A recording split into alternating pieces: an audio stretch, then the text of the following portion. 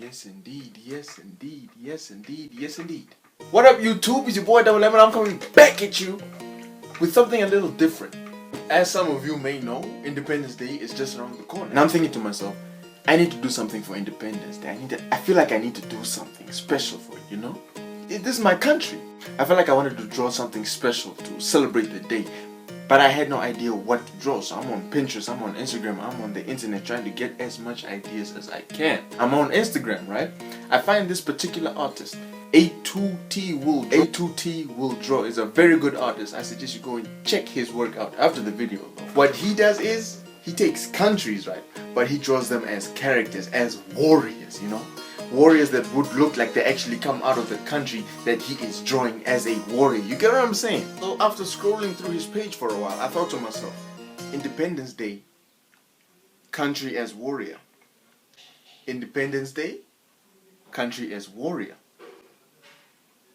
Why not draw your country as a warrior for independence you get? So, that's what I'm going to do today. I'm going to draw Namibia as a warrior for Independence Day. And I'm going to take you through that process. But before we do that, there's a few things I need you guys to do. I need you guys to drop a like and I need you guys to hit the subscribe button. If you have not, to join the Double Empire. I'm trying to get 400 subscribers, so I'd appreciate it. Please, tell your friends, your family, your dog, hit the subscribe button to join the Double Empire. Okay, now let's get started.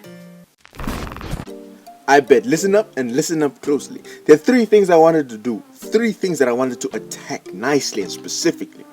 The first thing was to figure out what she's wearing, figure out the outfit, the whole costume. What is she actually going to be wearing? What is Namibia going to be wearing as a warrior, you know? After that, then I attack the character design. How is she going to look in this outfit? You know, how is she going to look in this costume? What type of maybe power she has? You know, I don't know. It was just the thinking phase, you know? Then after that, then I go for the actual drawing, the actual illustration of Namibia as a warrior. You know what I'm saying? So, first up, the outfit, the costume. It feels like an outfit redraw, which you should watch. Anyway, I wanted the costume to have a combination of the traditional attires of each traditional tribe, of each tribal group in Namibia, you know?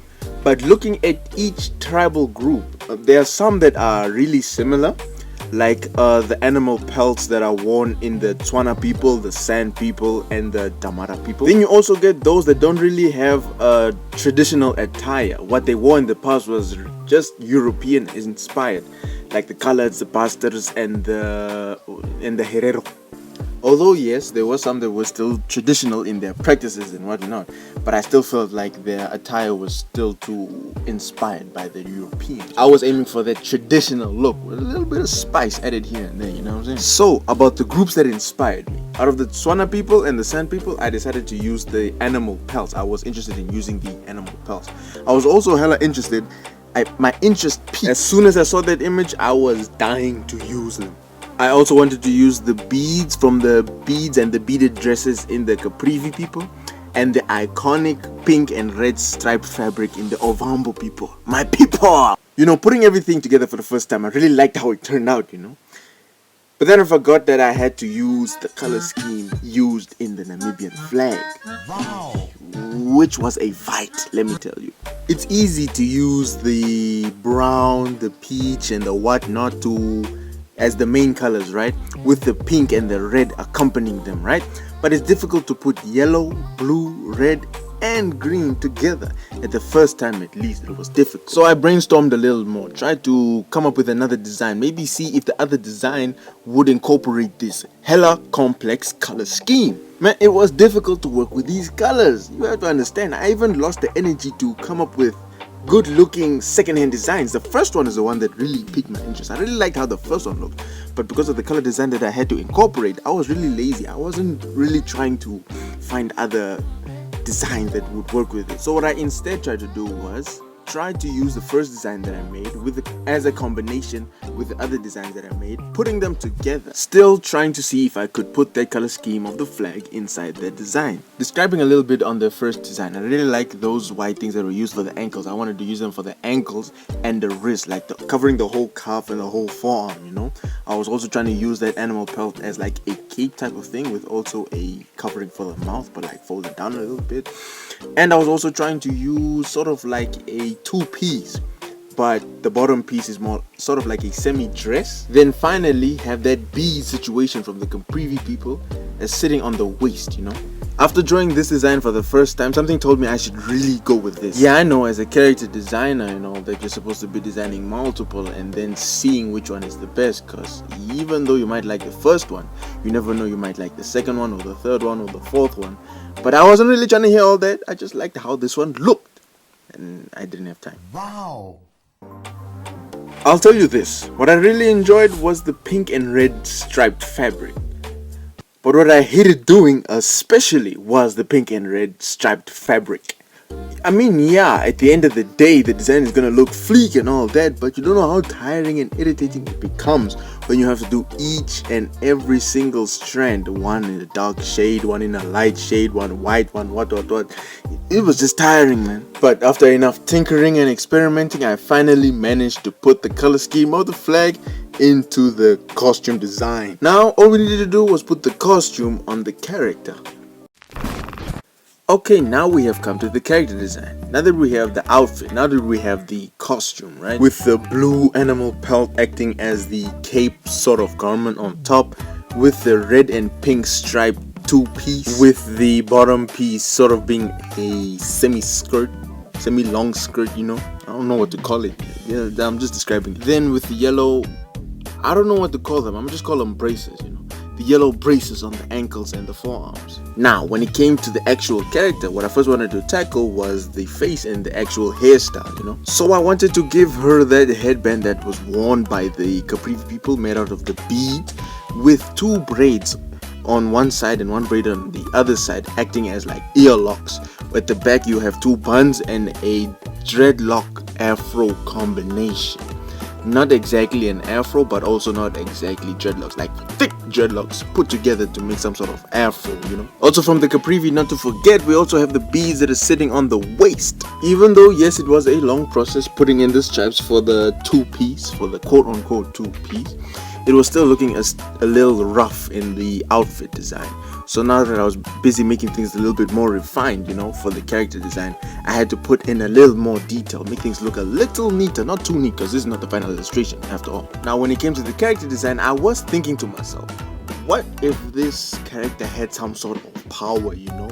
Not even in the case where she has power, like she is wielding something that has this special power, you know? Now this something that has this special power has to be a weapon, since it's a warrior that we're working with, you know? When it came to weapons used by Namibian people, the weapons that came to mind were the bow and arrow used by the San people. I was about to go with it until I remembered the research that I did on the Tswana people. You see, the Tswana people had a big belief in totemism. They basically associate themselves with an animal, a plant, or an object, anything associated with myths and legends in their culture, you know. Since I already like the idea about the braces, yeah, we call them braces, worn on the ankles and the forearm, I wanted to use the idea of totemism as a weapon. Like the actual warrior has a totem of whatever represents them, of whatever they associate themselves with. Like she could have a totem of a lion, just for example, whatever it could be. Now there's power inside that totem that associates them to a specific animal or whatever it is. In this case, it's a lion. Now that power is only able to be used through those braces, you know? Sort of like you need the braces to access that power. But tell me what you guys think. Maybe you guys like the idea of the totem or having the power and the braces accessing that power. Maybe I should have gone just simply with a bow and arrow. Just tell me down in the comments. But anyway, I liked what I saw, I liked what I had, and decided to go ahead with the actual illustration.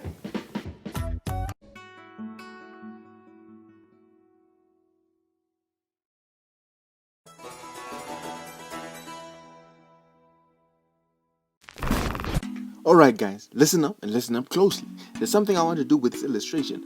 You guys get the chance to get this illustration because I will be selling this illustration on various poster sizes. Just contact me on my Instagram, the link is in the description, waiting for you, or on the email that I will plug down in the description as well. If you are trying to get this illustration as a poster of your country, be a proud Namibian, get it as a poster, man. We can talk things out there. The prices are on the screen. So if you're trying to get this illustration of your country as a warrior, or if it's not even your country, you're just trying to get this illustration as a poster, just hit me up on my IG or in the email down in the description, and we can talk things out. You finna have the whole illustration as a poster, but if you're trying to see how it's actually going to turn out, I suggest you stay until the end of the video. I'll catch you guys then.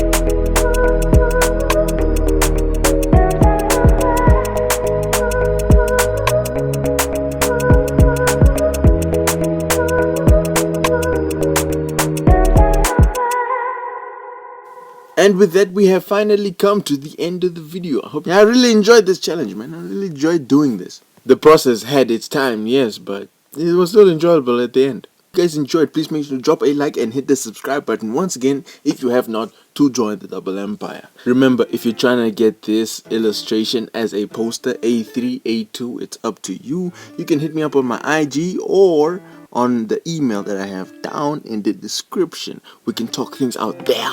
If you're watching this on Independence Day, happy Independence Day to you. Hope you're enjoying the day. I'm gonna go ahead and enjoy mine. God bless, and until next time, Double M out.